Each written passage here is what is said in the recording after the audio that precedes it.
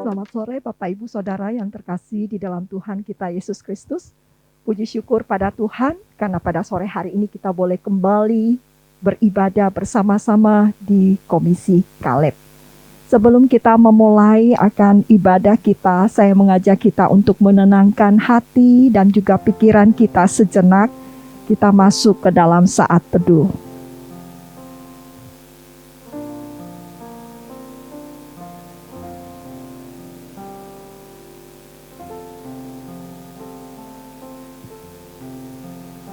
Firman Tuhan mengatakan, takutlah akan Tuhan Allahmu.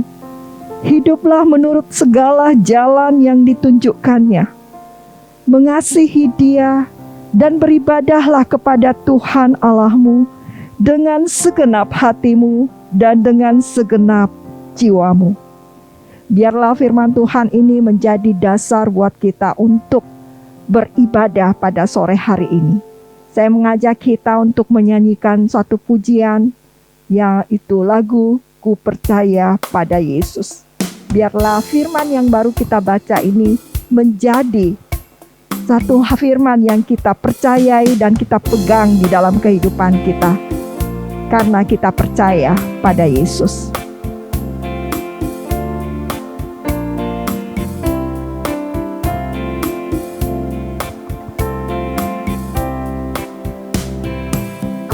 Percaya pada Yesus dan firman-Nya yang megah.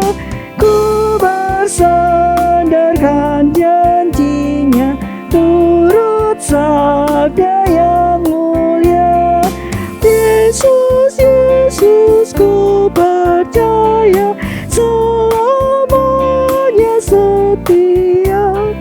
Yesus, Yesus, indah mulia, oh tambahlah imanku. Ku percaya pada Yesus. Ku percaya pada Yesus, darah-Nya dicurahkan hanya oleh karena iman. Hatiku disucikan. Yesus, Yesus, ku percaya, selamanya setia. Yesus, Yesus, indah mulia, oh tambahlah imanku. Kita menyanyikan pujian bersama-sama kembali. Ku percaya pada Yesus, Raja segala raja.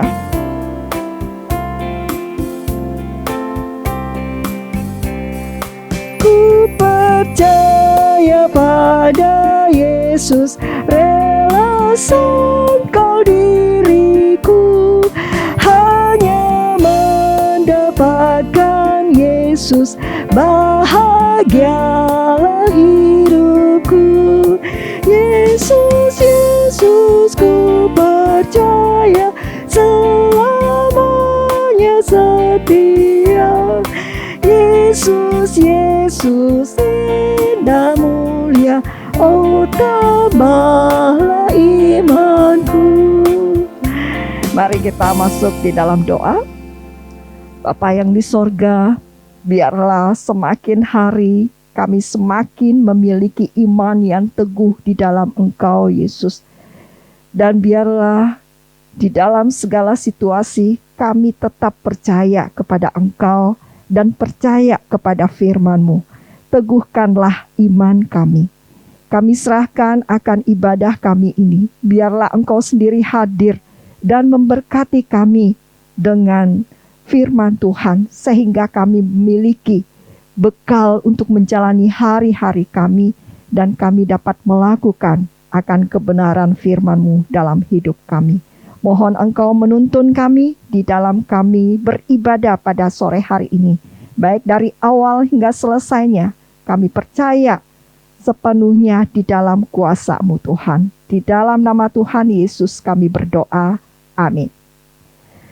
Nah, saudara sekalian, kita akan sama-sama mempersiapkan hati kita untuk mendengarkan kebenaran firman yang akan disampaikan oleh Swantau Ronald Chandra. Ya, beliau adalah jemaat kita juga, tetapi dia sudah menyelesaikan studi di Seminari Alkitab Asia Tenggara dan menyelesaikan praktek selama setahun, dan beliau akan melayani di gereja kita bersama-sama. Nah, saudara, sebelum kita mendengarkan kebenaran firman, saya mengajak kita untuk menyanyikan pujian percaya dan patuh.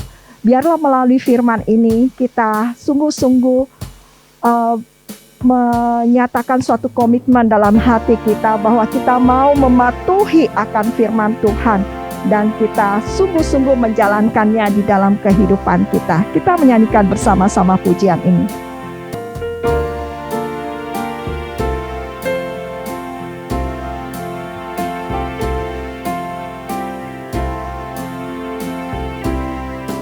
Bersama Tuhanku dalam terang firman-Nya, Ya yang menyinari jalanku.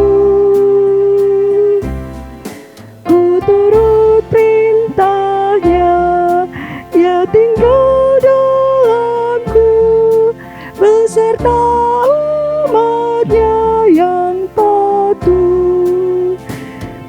Percayalah dan patuh padanya, pasti kau dikasihinya. Hanya percayalah.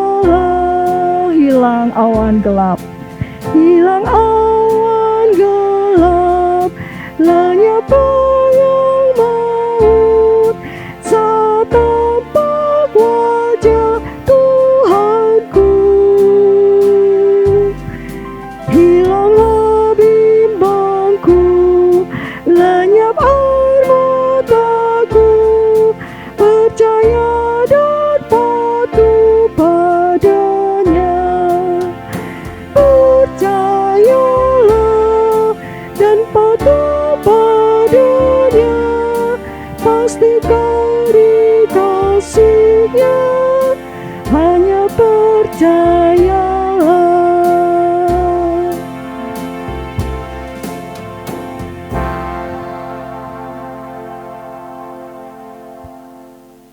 Selamat sore Bapak Ibu sekalian yang dikasihi oleh Tuhan. Tiba saatnya untuk kita mendengarkan firman Tuhan. Tetapi mari sebelumnya kita mau tundukkan kepala kita bersatu di dalam doa. Ya Tuhan, kami sungguh bersyukur karena di sore hari ini Engkau boleh mengumpulkan kami dalam keadaan yang sehat, dalam keadaan yang baik, sehingga kami masih boleh beribadah kepadamu bersama-sama meskipun melalui YouTube. Ya Tuhan, kami mau mendengarkan firman-Mu pada sore hari ini. Biarlah Tuhan Engkau mengurapi memakai hamba-Mu yang lemah dan terbatas. Juga Roh Kudus-Mu boleh memenuhi hati setiap kami, berbicara pada setiap masing-masing kami Tuhan melalui YouTube ini di rumah kami masing-masing. Terima kasih Tuhan, Tuhan mampukan kami mengerti dan melakukannya dalam kehidupan kami sehari-hari. Di dalam nama Tuhan Yesus kami berdoa dan mengucap syukur. Amin. Nah Bapak Ibu Saudara yang dikasihi oleh Tuhan, sore hari ini kita mau merenungkan satu tema atau topik, yaitu menaati firman, mewariskan iman. Dan perikop yang akan kita bacakan bersama terambil dari Ulangan pasal yang ke-10 ayat yang ke-12 hingga ke-15. Sekali lagi, perikop yang akan kita bacakan bersama terambil dari kitab Ulangan pasal yang ke-10 ayat yang ke-12 hingga ke-15. Saya akan bacakan bagi setiap kita. LAI memberikan judul Orang Israel diperingatkan supaya taat dan bersyukur. Ayat yang ke-12. Maka sekarang, hai orang Israel, apakah yang dimintakan daripadamu oleh Tuhan Allahmu selain dari takut akan Tuhan Allahmu, hidup menurut segala jalan yang ditunjukkannya, mengasihi Dia, beribadah kepada Tuhan Allahmu dengan segenap hatimu dan dengan segenap jiwamu, berpegang pada perintah dan ketetapan Tuhan yang kusampaikan kepadamu hari ini, supaya baik keadaanmu. Sesungguhnya Tuhan Allahmu lah yang empunya langit, bahkan langit yang mengatasi segala langit, dan bumi dengan segala isinya. Tetapi hanya oleh nenek moyangmu lah hati Tuhan dan pikat, sehingga ia mengasihi mereka dan keturunan merekalah, yakni kamu yang dipilihnya dari segala bangsa seperti sekarang ini. Bapak Ibu saudara yang dikasihi oleh Tuhan, mungkin setiap kita mungkin pernah mendengar nama yang sangat umum ini, yaitu Adolf Hitler.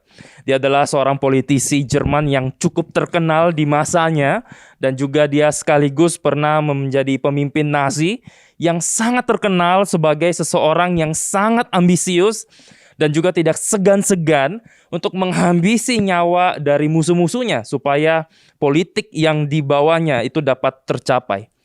Nah, Bapak Ibu sekalian, suatu ketika Hitler ini ingin membuktikan bahwa rakyat Jerman ini semuanya sebenarnya respect sama saya. Mereka ini semuanya sebenarnya menghormati saya.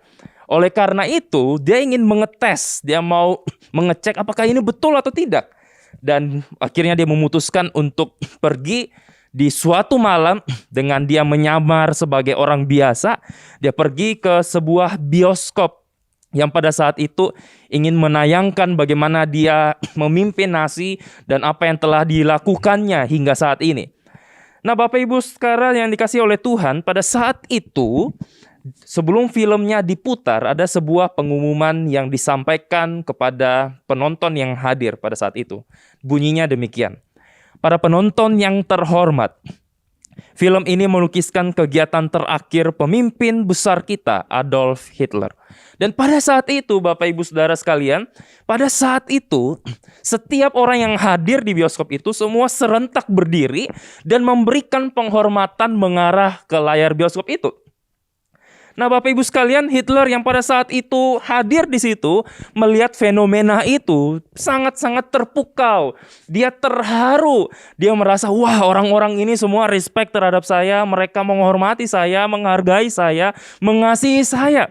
Tetapi dia lupa pada saat itu bahwa dia sedang menyamar.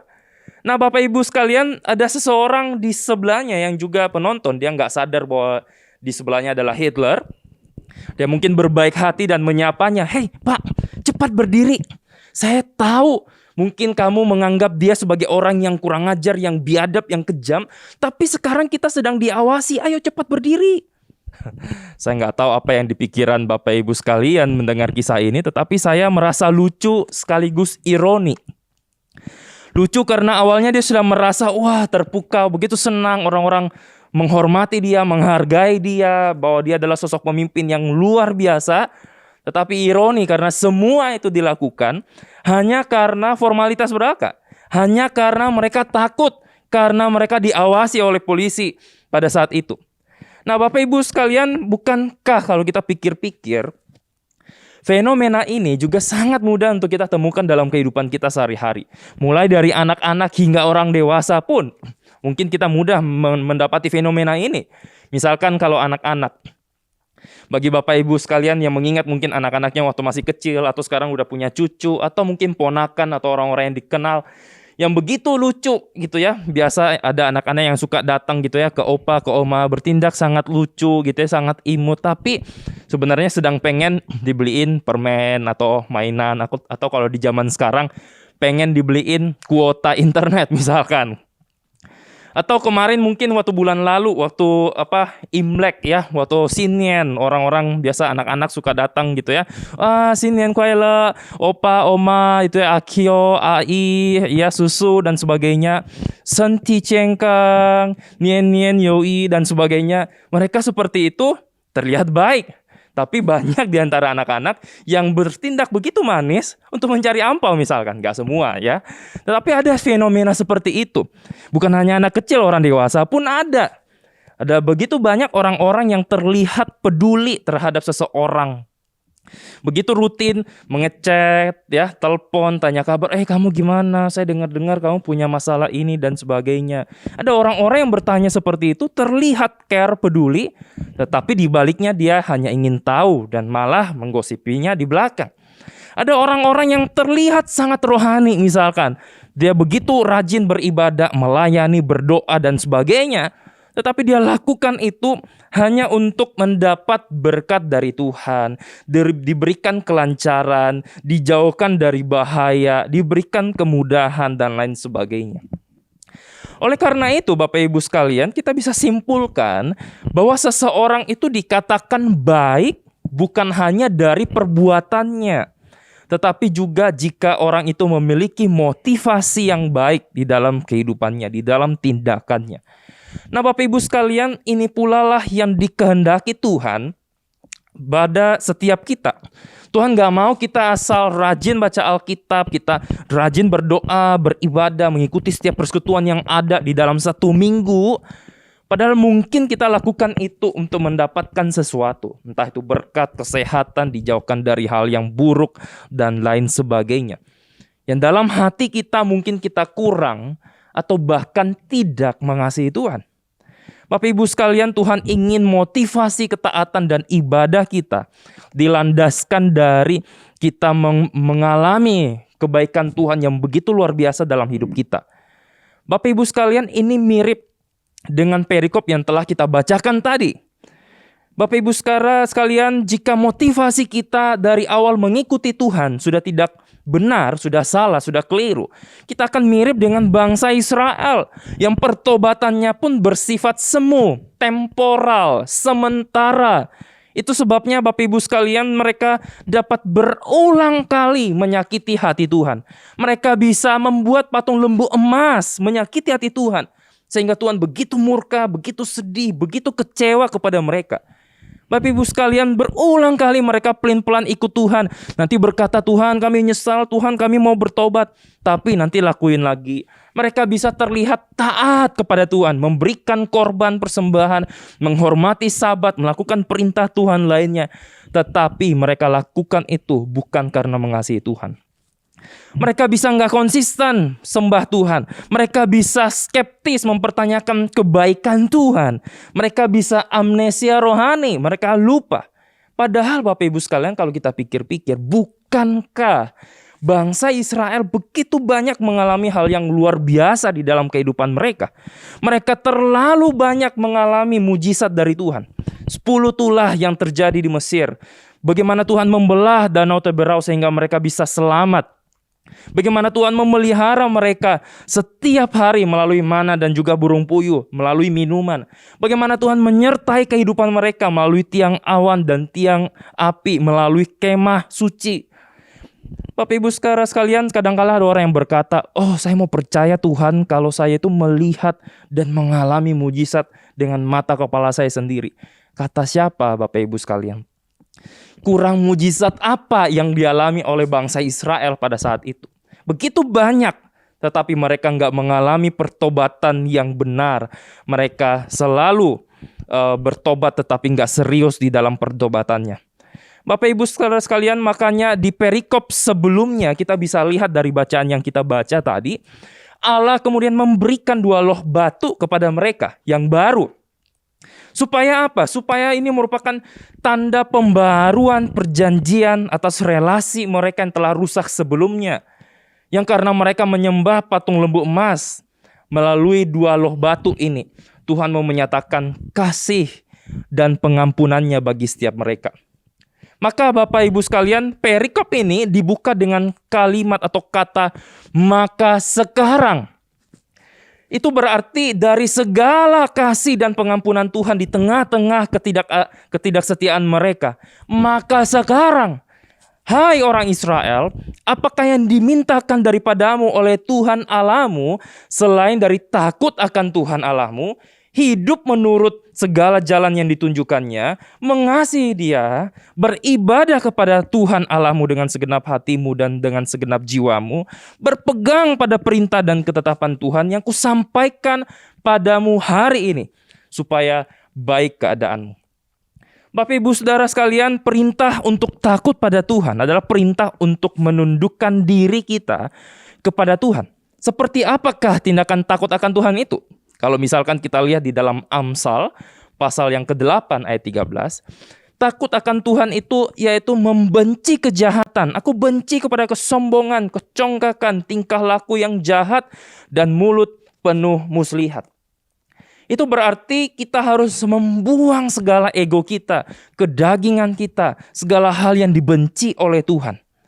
Nah, Bapak Ibu Saudara sekalian, masalahnya kita bukan seperti anak kecil yang kebanyakan dari antara mereka belum dapat berpikir kritis seperti orang dewasa yang kemudian mendengar firman Tuhan asal percaya saja. Masalahnya Bapak Ibu sekalian, logika kita seringkali dan juga kenyataan hidup kita seringkali bertabrakan dengan kehendak Tuhan. Betapa seringnya ketika bertabrakan kita mulai berdebat dengan Tuhan, bukan? Seperti misalkan Nabi Yunus. Ketika Tuhan memerintahkan dia untuk menyampaikan berita pertobatan kepada orang-orang di Niniwe. Apa yang dilakukan oleh Yunus? Dia nggak mau. Dia pilih untuk kabur, untuk lari. Bahkan dia lebih pilih untuk mati. Daripada kota Niniwe itu bisa bertobat. Dia mungkin berpikir untuk apa Allah mau mereka bertobat? Bukankah kalau mereka bertobat berarti mereka nggak lagi dihukum? Bukankah kalau mereka nggak dihukum berarti Tuhan nggak adil? Karena Niniwe itu bangsa atau kota yang begitu jahat, yang begitu bengis, yang begitu nggak manusiawi. Kok bisa Tuhan mau ampuni mereka? Mulailah dia berdebat dengan Tuhan. Bapak Ibu sekalian, seringkali Tuhan mau untuk kita itu menundukkan ego kita. Ada kalanya kita perlu percaya kepada Tuhan. Entah apa yang akan terjadi di depan kita. Entah itu mungkin di dalam masa-masa kesulitan dalam hidup kita. Seperti tokoh yang sering kali kita dengar mungkin, yaitu Abraham. Ketika dia diutus pergi ke tempat yang dia nggak ketahui. Dia nggak banyak bicara, dia nggak banyak komplain sama Tuhan. Dia nggak berkata kepada Tuhan, Tuhan, berapa hari ya perjalanan ke sana? Tuhan, saya harus siapkan berapa banyak ya makanan, ya pakaian, tenda dan sebagainya. Tuhan, nanti di sana enak nggak tempatnya, daerahnya? Subur nggak? Makmur nggak? Tuhan, di sana ada tabib nggak? Kalau anak-anak saya atau saya sakit gimana? Tuhan, di sana gimana? Nanti saya bisa bertahan nggak? Dan lain sebagainya. Bapak Ibu sekalian, saya rasa kalau Abraham seperti itu, mungkin Tuhan gak akan pakai dia sebagai salah satu contoh tokoh Alkitab yang beriman kepada Tuhan. Mungkin dia gak akan mengalami begitu banyaknya perjumpaan dengan Tuhan di dalam perjalanan imannya. Bapak Ibu sekalian, bagaimana dengan kehidupan kita? Berapa sering sih kita mengaku mau tunduk, mau ikut, mau taat kepada kehendak Tuhan. Tetapi ketika banyak hal yang terjadi dalam hidup kita nggak sesuai dengan logika dan kehendak kita. Kita mulai mungkin ragu kepada Tuhan. Kita mungkin mulai nggak mau ikut kehendak Tuhan. Ketika kita mungkin sudah beribadah kepada Tuhan, saya sudah melakukan apa yang Tuhan mau. Tetapi kok bisa orang yang saya kasihi, keluarga saya terkena COVID misalkan atau penyakit yang lainnya. Atau mungkin Bapak Ibu sekalian ketika bisnis anak kita mengalami guncangan atau pernikahan kita mulai terasa hambar. Ketika keluarga kita mengalami musibah, dapatkah kita tetap tunduk dan mengikuti Tuhan dengan setia? Bapak Ibu sekalian, kita nggak mungkin dapat mengikuti Tuhan, menaati perintahnya, beribadah kepadanya dengan benar kalau kita nggak mau tunduk, takut pada Tuhan. Mungkin terlihat bisa, tetapi kita lakukan itu hanya sebagai ritual semata, secara legalis semata yang nggak dikehendaki oleh Tuhan. Itu sebabnya Bapak Ibu sekalian, perikop ini dibuka dengan perintah untuk tunduk kepada Tuhan. Maka kita dapat hidup menurut kehendaknya dan beribadah kepadanya. Tapi masalahnya Bapak Ibu sekalian, bukankah kita nggak bisa tunduk kepada Tuhan kalau kita tidak mengasihinya? Pernah nggak sih Bapak Ibu sekalian mencoba untuk tunduk kepada Tuhan, mengikuti perintahnya, tetapi sulitnya bukan main. Tuhan meminta kita untuk mengampuni seseorang yang jahat kepada kita. Tuhan meminta kita untuk mengasihi setiap orang. Tuhan meminta kita supaya kita nggak iri hati, supaya kita percaya kepadanya. Tuhan meminta kita supaya nggak gosipin orang, supaya menghargai orang yang di bawah kita, supaya kita melayani keluarga kita, memperhatikan orang-orang sekitar kita. Tuhan meminta kita untuk memberitakan Injil kepada orang-orang yang belum mengenal Tuhan. Sulitnya bukan main. Pernah nggak Bapak Ibu sekalian? Bapak Ibu sekalian, sulit untuk membuang ego kita, agenda kita dalam mengikut Tuhan. Sulit untuk berkata seperti Maria di dalam Lukas 1 ayat 38. Sesungguhnya Aku ini adalah hamba Tuhan, jadilah padaku menurut perkataanmu itu. Sulitnya bukan main. Mengapa? Jangan-jangan karena ada hal lain yang kita lebih kasihi daripada Tuhan. Saya nggak tahu apa itu. Suatu hal yang kita mungkin sangat kasihi sampai kita nggak rela kalau ikut Tuhan, lepaskan itu, tinggalkan itu, relakan kepada Tuhan. Ada orang-orang Bapak Ibu sekalian yang mengasihi keluarganya lebih daripada Tuhan. Itu sebabnya ketika ada acara keluarga misalkan, ya rela untuk nggak ikut ibadah, rela untuk minta gantiin pelayanan. Atau mungkin ketika keluarganya mengalami permasalahan, pergumulan, mulai marah pada Tuhan, kecewa dari Tuhan, undur dari imannya. Atau mungkin ada orang-orang yang menjadikan prestasi, kesehatannya, penampilannya, hartanya, jabatannya sebagai suatu hal yang terpenting, yang kita lebih kasihi daripada Tuhan. Sehingga berjalannya waktu, kita harus menerima suatu kenyataan bahwa itu semua nggak bisa kita pertahankan. Itu semua hanya sementara. Saya masih ingat Bapak Ibu sekalian, dulu gitu ya, waktu masih kecil gitu ya, begitu senang lari-lari, lompat-lompat gitu ya. Kalau jatuh nggak masalah gitu ya, bangkit lagi, lari lagi. Jatuh nangis nanti nggak tobat-tobat gitu ya, tetap aja nakal gitu, lari-lari, lompat-lompat gitu ya. Tapi sekarang, ya meskipun saya masih muda gitu ya, angkat galon aja udah kadang lemas, capek gitu ya, punggungnya udah mulai pegel-pegel gitu ya. Ya saya tahu mungkin ada Bapak Ibu sekalian yang langsung berpikir dalam hati, contoh kan masih muda dari saya. Ya saya tahu. Makanya saya mau katakan bahwa apalagi Bapak Ibu sekalian, ya mungkin saat ini sudah masuk dalam usia yang indah. Nggak lagi muda seperti dulu, nggak sekuat dulu lagi, nggak seaktif, seproduktif dulu, nggak lagi secantik dulu, seganteng dulu, nggak lagi badannya seseksi dulu, seberotot dulu, mulai ada keriput, mulai mudah lelah, mulai ubanan dan lain sebagainya. Bapak Ibu saudara sekalian, bukankah seharusnya itu semua membuat kita merenung sejenak bahwa segala yang kita miliki, bahkan tubuh kita pun bersifat sementara. Makanya pemazmur pernah berkata, Mazmur 90 ayat 10a berkata bahwa apa? Masa hidup kami 70 tahun dan jika kami kuat 80 tahun. Bukan berarti manusia mentok 70-80 tahun, bukan. Tetapi pemazmur mau berkata bahwa hidup kita itu sementara. Hanya sebentar di dunia ini. Gak ada yang bisa prediksi. Gak ada yang bisa kita pertahankan selamanya dalam hidup kita. Oleh karena itu kita perlu belajar untuk mengasihi yang paling berharga, yang jauh lebih bernilai dari segala yang kita miliki, yang jauh lebih mengasihi kita daripada yang dunia tawarkan. Siapakah itu Bapak Ibu sekalian? Yaitu Yesus Kristus. Tetapi sayangnya Bapak Ibu sekalian, ini mudah dikatakan tapi sulit dilakukan. Makanya dalam Yohanes 14 ayat 15 Yesus pernah berkata, "Jikalau kamu mengasihi aku, kamu akan menuruti segala perintahku." Sama dengan 1 Yohanes 5 ayat 3. Sebab inilah kasih kepada Tuhan, yaitu bahwa kita menuruti perintah-perintahnya. Perintah-perintahnya itu tidak berat. Bapak Ibu sekalian, permasalahannya seringkali kita sulit untuk ikut perintah Tuhan karena kita mungkin kurang atau tidak mengasihi Tuhan. Makanya Bapak Ibu sekalian, Tuhan perlu terlebih dahulu menunjukkan bahwa Dia begitu mengasihi kita. Ada kasih yang jauh melampaui segala akal kita, segala kasih yang ditawarkan dunia kepada kita, segala kasih yang ada di hadapan kita di dunia ini, yaitu kasih dari Yesus Kristus. Yohanes 3 ayat 16 berkata, karena begitu besar kasih Allah akan dunia ini, Dia memberikan anaknya yang tunggal mati bagi kita, sehingga kita yang binasa ketika kita percaya, kita memperoleh kehidupan yang kekal. Bapak Ibu sekalian, Kristus menunjukkan kasih-Nya dengan mati bagi kita, supaya kita sadar bahwa hanya Dialah yang layak untuk kita pertahankan selama-lamanya.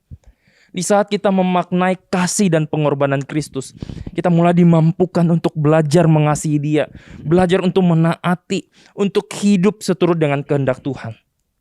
Jangan pernah Bapak Ibu sekalian kita anggap enteng apa yang dilakukan Kristus di kayu salib. Dan kita kembali hidup dengan cara hidup kita yang lama. Kita kembali hidup seperti orang yang belum mengenal Tuhan. Jadikan itu sebagai suatu kesempatan untuk hidup dan menyembah Dia di dalam sisa hidup kita di dunia ini. Bapak Ibu sekalian, menariknya, Ternyata iman kita kepada Tuhan bukan hanya berdampak kepada relasi kita dengan Tuhan, tetapi juga ternyata berdampak kepada relasi kita dengan anak cucu kita. Kalau kita lihat Ulangan 10 ayat 15 tadi yang kita bacakan, tetapi hanya oleh nenek moyangmu lah hati Tuhan terpikat, sehingga ia mengasihi mereka, dan keturunan mereka lah, yakni kamu yang dipilihnya dari segala bangsa seperti sekarang ini. Bapak Ibu sekalian, ayat ini menyatakan bahwa Allah itu berkenan kepada bangsa Israel, salah satunya karena nenek moyang mereka. Siapakah itu? Ada banyak, tapi salah satunya yaitu kembali lagi, yaitu Abraham. Dia adalah contoh tokoh yang begitu menunjukkan imannya di tengah-tengah kelemahannya, kerapuhannya kepada Tuhan. Dengan meninggalkan egonya, ikut Tuhan.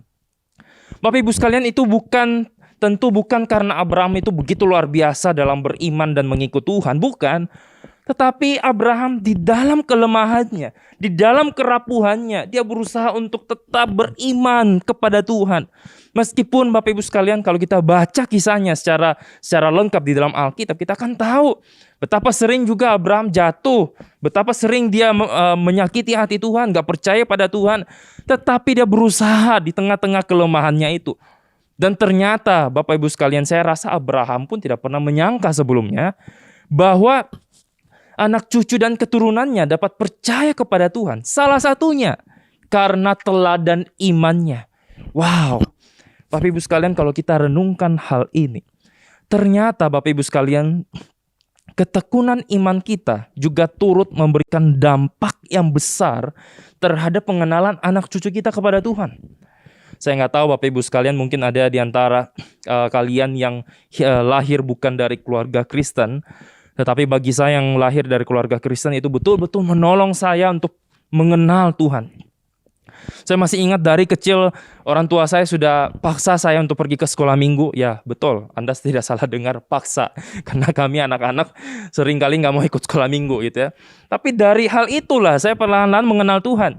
Saya masih ingat mereka seringkali memberikan teladan iman, memberitahukan tentang firman Tuhan, bagaimana mereka mengingatkan kami untuk tetap dan selalu berdoa kalau mau keluar rumah, kalau melakukan hal-hal. Saya masih ingat orang tua saya pernah berpesan bahwa lebih baik kita dimusuhi semua orang karena iman kita, daripada semua orang senang tapi Tuhan musuhin kita. Saya masih ingat gitu ya, bagaimana orang tua saya terus mendoakan saya sebelum saya ke STT, bahkan sampai saat ini. Saya rasa salah satunya kenapa saya masih ada sampai saat ini dan juga boleh dilayakan untuk jadi contoh. Salah satunya karena doa orang tua, karena teladan iman mereka. Nah, Bapak Ibu sekalian, bagaimana dengan setiap kita? Ada banyak orang-orang yang sudah lanjut usia berpikir, oh saya nggak berdaya lagi, oh saya sudah lemah, oh saya nggak bisa lagi melakukan suatu hal yang besar, yang signifikan. Ada banyak yang berpikir bahwa oh saya sudah tua, sekarang giliran yang muda, yang berkreasi, yang melayani. Sekarang giliran mereka yang ikut Tuhan gitu ya, dengan semangat. Bapak Ibu sekalian, firman Tuhan hari ini menyapa kita, bahwa siapapun kita, usia berapapun kita, seharusnya tidak membuat kita beralasan untuk berhenti beriman dan menjadi teladan iman bagi banyak orang. Apalagi Bapak Ibu sekalian, kita mungkin sudah hidup puluhan tahun. Begitu banyak hal, peristiwa suka duka yang kita alami. Begitu banyak hal kita menyaksikan pertolongan Tuhan dalam hidup kita. Begitu luar biasanya Tuhan boleh menyelamatkan, menebus kita. Bukankah lebih banyak hal yang kita bisa bagikan bagi anak cucu kita melalui teladan iman kita, teladan perilaku, perkataan, teladan hikmat, dan lain sebagainya. Oleh karena itu pertanyaannya bagi setiap kita sore hari ini adalah, sudahkah kita merespons kasih Tuhan, kebaikan Tuhan? Sudahkah kita mau mewariskan iman kita kepada anak cucu kita? Kita bisa mulai dari hal-hal yang kecil, yang sederhana dalam keseharian kita. Di dalam doa kita, dalam perenungan firman Tuhan, dalam percakapan kita, tindakan kita dalam sehari-hari, dari cara kita merespon suatu hal yang terjadi dalam kehidupan kita, dan lain sebagainya. Bapak Ibu sekalian, saya akan menutup firman Tuhan sore hari ini dengan sebuah kisah. Salah satu dosen saya pernah menceritakan kisah kehidupan mamanya sejak dia masuk ke sekolah teologi, sedang berkuliah di sekolah teologi, dia sering mulai menginjili mamanya yang pada saat itu belum percaya. Dan hingga kepada suatu waktu yang tepat Roh Kudus bekerja, akhirnya penginjilannya itu membuahkan hasil. Mamanya akhirnya mau percaya dan memutuskan untuk memberi diri dibaptis. Namun Bapak Ibu sekalian, pada kenyataannya, setelah mama dari dosen saya ini dibaptis, ada banyak hal yang tidak mudah justru terjadi dalam kehidupannya. Kondisi mamanya yang memang sudah lanjut usia, mulai sakit-sakitan. Perlahan-lahan tubuhnya menjadi lemas. Mulai banyak gejala-gejala aneh yang bermunculan yang dia alami. Bapak Ibu sekalian, setelah mamanya itu dibawa ke rumah sakit, barulah diketahui ternyata mamanya terkena salah satu kanker yang cukup mematikan dan sudah berada di stadium akhir. Mendengar itu Bapak Ibu sekalian, semua terkejut, semua bingung, semua sedih, semua terpukul, semua gak siap karena begitu tiba-tiba berita ini. Bapak Ibu sekalian, mamanya pun harus mengikuti berbagai kemoterapi. Tetapi malah semakin diikuti, semakin lemah tubuhnya. Kemudian Bapak Ibu sekalian, di suatu saat ketika dosen saya ini menjenguk mamanya. Mamanya itu bertanya sebuah pertanyaan yang sangat gak mudah. Mamanya bertanya, kamu kan sekolah teologi. Coba jawab, kenapa waktu mama memutuskan percaya kepada Tuhan, mama malah kena kanker? Wah Bapak Ibu sekalian, pertanyaan itu begitu sulit, begitu berat untuk dijawab. Pada waktu itu dosen saya hanya bisa terdiam. Dia begitu terpukul, yang dia dapat lakukan hanyalah menangis. Namun Bapak Ibu sekalian, uniknya dalam masa-masa sulit itu mamanya tetap menyanyi dan memuji Tuhan dengan lagu-lagu yang simpel, yang sederhana, yang baru saja dia pelajari belakangan ini. Bapak Ibu sekalian, suatu ketika teman dari mama dosen saya ini datang. Dia bukan orang percaya, dia mungkin berniat baik. Dia menawarkan untuk pergi ke salah satu orang pintar yang katanya bisa men-skip umur seseorang. Ini nggak tahu betul atau enggak. Jadi misalkan mamanya ini berumur 64 tahun pada dia sakit pada saat itu, bisa di-skip, bisa diloncat ke 65. Dengan kata lain, sakitnya itu bisa juga terlewati. Namun Bapak Ibu sekalian, apa yang dikatakan mamanya ini adalah suatu hal yang sangat luar biasa. Mamanya berkata, gak perlu. Saya percaya pada Tuhan Yesus. Kalaupun saya harus mati, itu berarti kehendak Tuhan. Dan itu berarti saya bisa bertemu dengan Dia. Bapak Ibu sekalian, ketika mendengar cerita ini, saya begitu tersentuh. Iman orang tua ini begitu luar biasa. Dia baru percaya loh. Dan kondisinya pun tidak sedang baik-baik saja. Kalau seseorang yang berkata demikian dalam kondisi yang baik, segar, bugar, saudara, saya rasa semua orang bisa mengatakan hal yang sama. Tetapi dia dalam keadaan yang begitu luar biasa beratnya. Dia sedang mengalami sakit yang tidak mudah. Dan dia tahu waktunya gak lama lagi. Dia bisa berkata demikian. Bapak Ibu sekalian, di tengah-tengah penyakit yang mematikan yang dia alami, dia tetap memutuskan untuk beriman kepada Tuhan. Apa yang terjadi setelahnya Bapak Ibu sekalian? Apakah dengan demikian dia sembuh, dia pulih dari sakitnya? Tidak. Tetap aja dia begitu kesakitan dan tetap saja Tuhan akhirnya memanggil dia dan dia harus menutup usianya. Namun Bapak Ibu sekalian, setelah dia mungkin nggak nyangka kehidupannya itu telah menjadi teladan dan saksi iman bagi dosen saya dan bagi kami mahasiswa yang diceritakan di dalam kelas itu. Bapak Ibu sekalian, bagaimana dengan setiap kita yang mungkin sudah percaya dan mengenal Tuhan bertahun-tahun lamanya, yang sudah begitu banyak menyaksikan kebaikan dan pertolongan Tuhan? Sudahkah kita juga menghidupi Injil dan merespons anugerah Tuhan itu? Sudahkah kita menaati firman-Nya dan mewariskan iman kita kepada anak cucu dan orang-orang yang ada di sekitar kita? Mari Bapak Ibu sekalian, saya ajak kita untuk tundukkan kepala kita dan kita berdoa. Tuhan, kami bersyukur karena sore hari ini Tuhan boleh kembali menyapa kami melalui firman-Mu. Engkau boleh kembali mengingatkan begitu besarnya kasih Tuhan dalam hidupan kami, bagaimana Engkau telah menyelamatkan kami, bagaimana Engkau telah menebus kami, dan bagaimana Engkau telah menuntun kehidupan kami sampai saat ini. Ampuni kami Tuhan kalau kami mulai merasa minder, merasa tubuh kami sudah lemah, kami merasa kami sudah nggak bisa ngapa-ngapain lagi, kami sudah nggak bisa lagi menjadi saksi melayani Tuhan. Tuhan, pakai kami dalam kelemahan kami, dalam keterbatasan kami.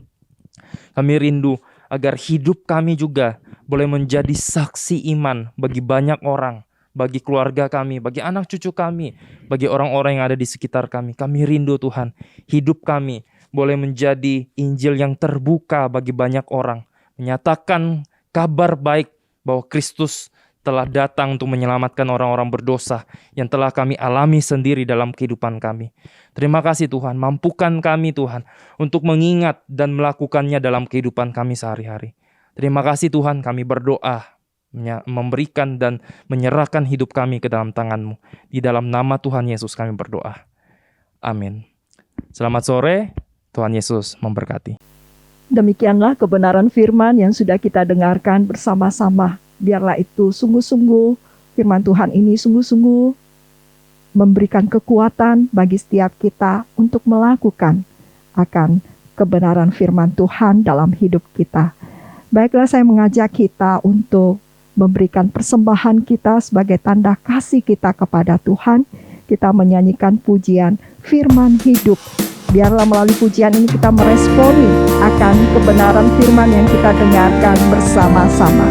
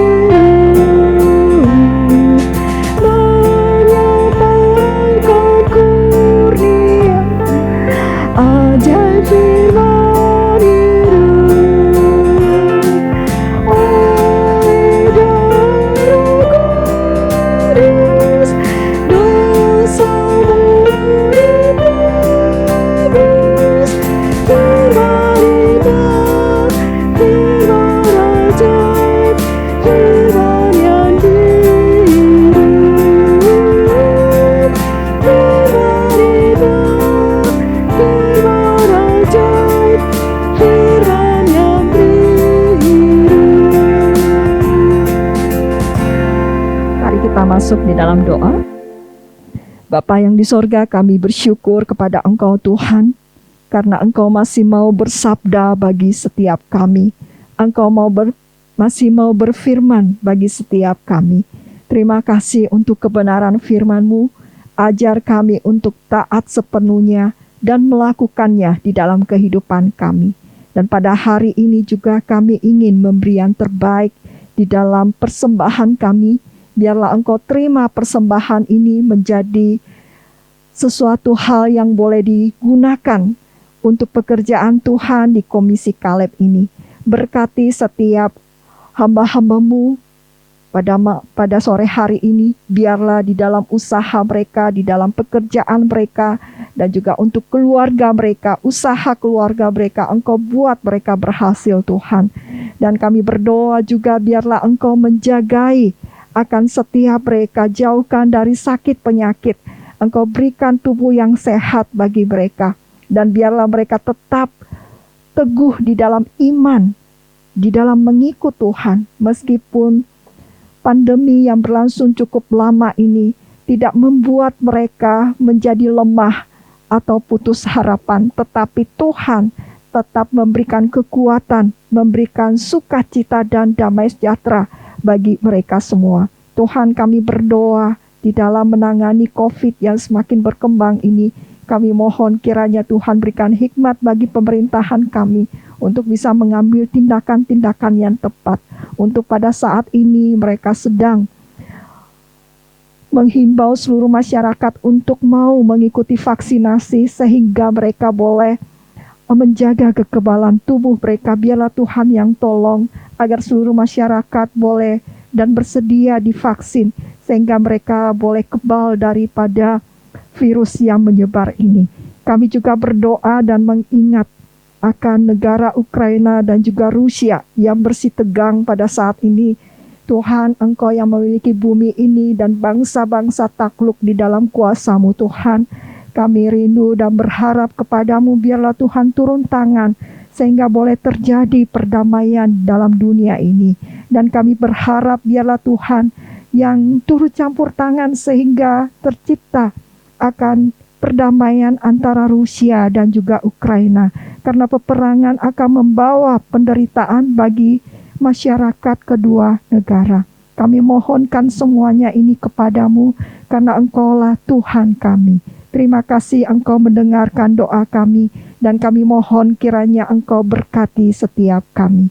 Arahkanlah seluruh hatimu dan juga pikiranmu dan terimalah berkat Tuhan. Kasih daripada Allah dan putranya Yesus Kristus menyertai engkau dan juga penghiburan dan kekuatan daripada Roh Kudus akan memberikan kekuatan bagi kehidupan kita mulai saat ini sampai selama-lamanya. Amin.